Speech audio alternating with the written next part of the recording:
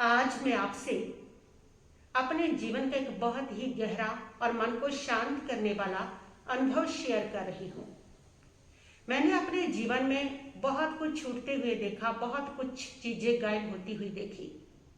बचपन में मेरी बहुत सारी सहेलियां थी, बहुत सारे रिश्तेदार थे, और जब मैं अध्यात्म के पथ पर आई तो यहाँ पर भी बहुत सारे भक्त और बहुत सारी शिष्याएं मेरे जीवन में आई, कुछ समय साथ चली और उसके बाद किसी चौरास्ते पर अलग रास्ता पकड़ करके ये सब चले गए।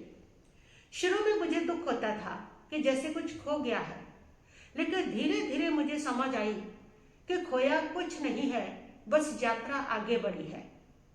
संसार का नियम है परिवर्तन। जहां जो बना है वह टूटेगा, जो मिला है वो छूटेगा, और जो किसी के साथ हम रह रहे हैं वे भी एक दिन अलग हो जाएगा। यही सत्य है, यही व्यवस्था है और यही प्रकृति है।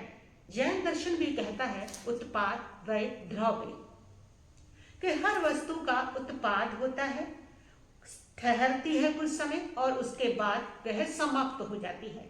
यानी कि हर पल हर क्षण जीवन बदल रहा है, हर क्षण बदल रहा है, सिर्फ आत्मा शाश्वत है। वास्तव में सच्चाई तो ये है कि दुख चीजों के जाने से नहीं होता, दुख चीजों को पकड़ने से होता है।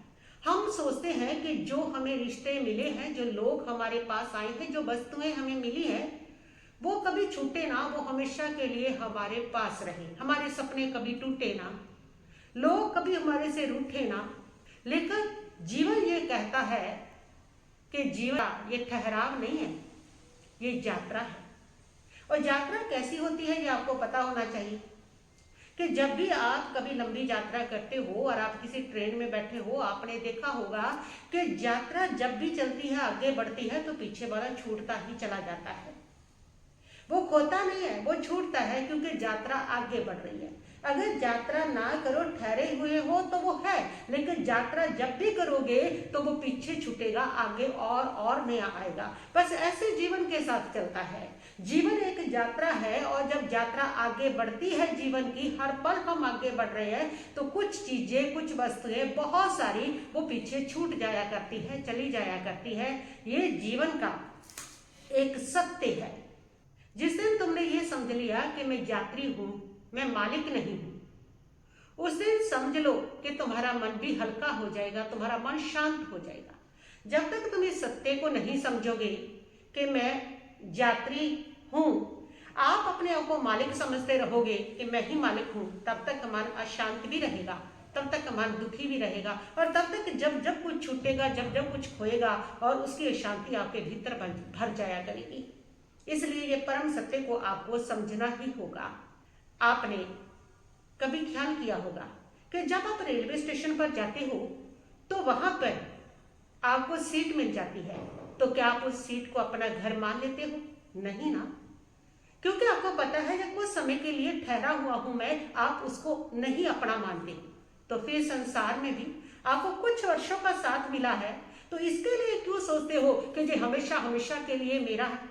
जहां जो भी मिला है, वस्तुएं मिली है, रिश्ते मिले हैं, लोग मिले हैं, जो भी मिले हैं, वो हमेशा के लिए नहीं है। और जब हम इनको पकड़ते हैं तब दुख होता है। रेलवे स्टेशन की सीट का आपको कोई दुख नहीं हुआ, क्योंकि आपने उसको पकड़ा नहीं, आपने सत्य को समझा कि ये थोड़ी देर के लिए मिला है। और संसार के ये रिश्ते, ये लोग, ये वस्तुएं जब छूटती हैं, वो दुख इसलिए होता है कि आपने इसको पकड़ लिया, आपने ये मान लिया ये हमेशा हमेशा के लिए मेरे हैं और मेरे पास रहेंगे, हमेशा के लिए उनको अपना मान लिया, पकड़ लिया, इसलिए उसका दुख होता है। तो दुख हमेशा चीजों के जाने से नहीं होता, लोगों के जाने से नहीं होता। उनको हम जो पकड़ होती है हमारी, उस पकड़ के कारण, उस मोह के कारण दुख व्यक्ति को हुआ करता है। लोग क्यों हमारे से छूटते हैं, रिश्ते क्यों हमारे से टूट जाते हैं, क्यों लोग हमारे जीवन से चले जाते हैं? क्योंकि हर आत्मा अपनी कर्म यात्रा पर है। इसलिए कोई आपके जीवन में सीख देने के लिए आता है, कोई आपके जीवन में विरक्ति पैदा करने के लिए आता है, कोई साथ देने के लिए आता है, कोई सहयोग देने के लिए आता है, और जब उनकी सीख पूरी हो जाती है तो वो चला जाता है। इसलिए जब कोई जीवन से चला जाए तो रोए मत, बल्कि उसकी दी हुई सीख को प्रणाम करें और जो जीवन में आपके है, जो जीवन में मिल रहे हैं, उनको प्रेम दे, भरपूर प्रेम दे, बेशर्त प्रेम दे। क्योंकि सच्चा प्रेम वही होता है जहां पर कोई कंडीशन नहीं होती, जो बेशर्त हुआ करता है। सच्चा प्रेम वो नहीं कि वो व्यक्ति मेरे लिए कुछ करे, वो व्यक्ति मेरे साथ रहे, मेरा साथ निभाए, वो सच्चा प्रेम है। नहीं, सच्चा प्रेम वह होता है कि उसके प्रति आपकी शुभ भावना का रहना, कि वो व्यक्ति जहां भी है वहीं पर सुखी रहे, उसकी आत्मा सदा सुखी रहे, इसको सच्चा प्रेम कहते हैं। इसलिए अगर आप प्रेम करते हो तो वहां अपेक्षा मत रखो। प्रेम निभा रहे हो तो किसी से अपेक्षा उससे नहीं रखनी है, और अगर किसी का साथ निभा रहे हो तो उसके ऊपर स्वामित्व की भावना नहीं रखनी है। तब आपका प्रेम पीड़ा नहीं, प्रार्थना बन जाएगा।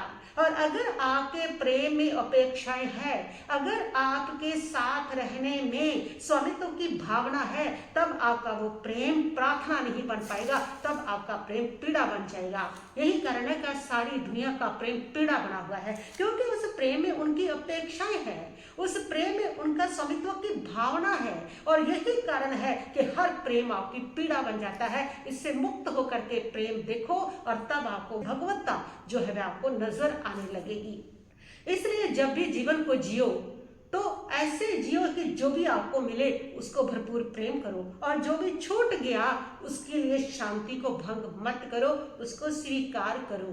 और अपने जीवन में अगर सपने टूटे हैं आपके तो समता रखो, क्योंकि समता ही सच्ची विजय है, समता ही शांति का मार्ग है, समता ही मुक्ति और मोक्ष का मार्ग है।